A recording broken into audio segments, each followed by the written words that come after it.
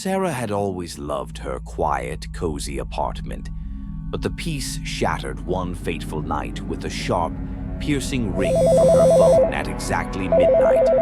Startled awake, her heart pounded as she grabbed her phone. The screen displayed "unknown caller."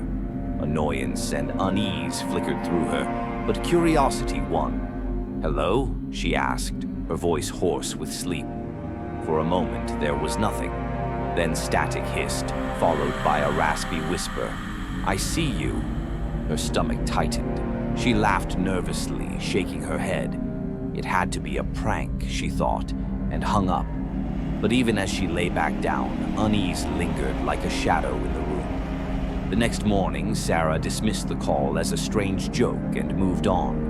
But that night, as the clock struck midnight, the phone rang again. The same hidden number, the same eerie timing. "Who is this?" she demanded, her voice sharp. The response was chilling, closer now, intimate yet menacing. "I'm coming for you."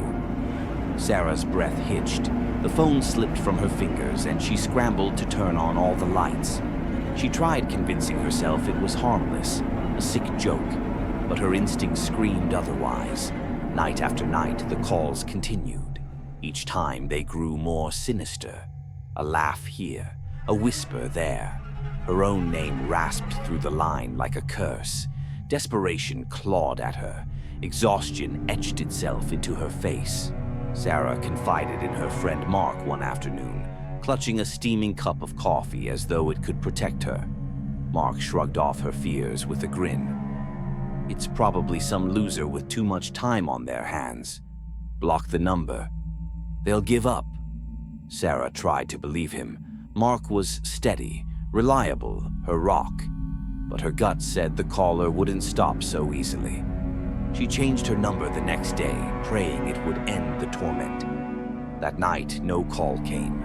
For the first time in days, she slept soundly. A week passed in blissful silence, and Sarah allowed herself to breathe. Maybe Mark was right. Maybe whoever it was had given up. Then, on the 7th night, her phone buzzed. "Unknown caller." Her stomach twisted as icy dread settled over her. She stared at the screen, her mind screaming at her to ignore it. But the ringing didn't stop. Her trembling hand hovered over the phone before she answered. "Hello?" The voice returned, colder than ever. "You can't hide from me." Sarah's phone slipped from her hand. Her breaths came shallow and fast as she backed away, scanning the room for shadows, for movement. Every creak, every rustle outside the window felt like a promise of something worse to come. She bolted the doors, checked every window, and grabbed a kitchen knife. The night stretched on in suffocating silence, her paranoia mounting. She thought she saw figures outside, dark shapes shifting just out of sight. By the 7th day, Sarah was a shell of herself. Gaunt, wide-eyed, and hollow, she barely recognized the woman staring back in the mirror. Midnight loomed. Sarah sat on her bed, gripping the phone tightly, her knuckles white. She couldn't run, couldn't hide. There was no escape. When the phone rang, she answered immediately. "What do you want?" she screamed, her voice cracking. The line hissed with static, then silence. Finally, the voice whispered one word, dripping with malice. "You!" Laughter erupted on the line, sharp, hollow, and wrong. But then Sarah froze. The laughter wasn't just in the phone anymore, it was behind her. Her breath hitched as her gaze shifted to the wall. A shadow stretched across it, unnatural and growing larger. The air turned icy. Slowly, she turned.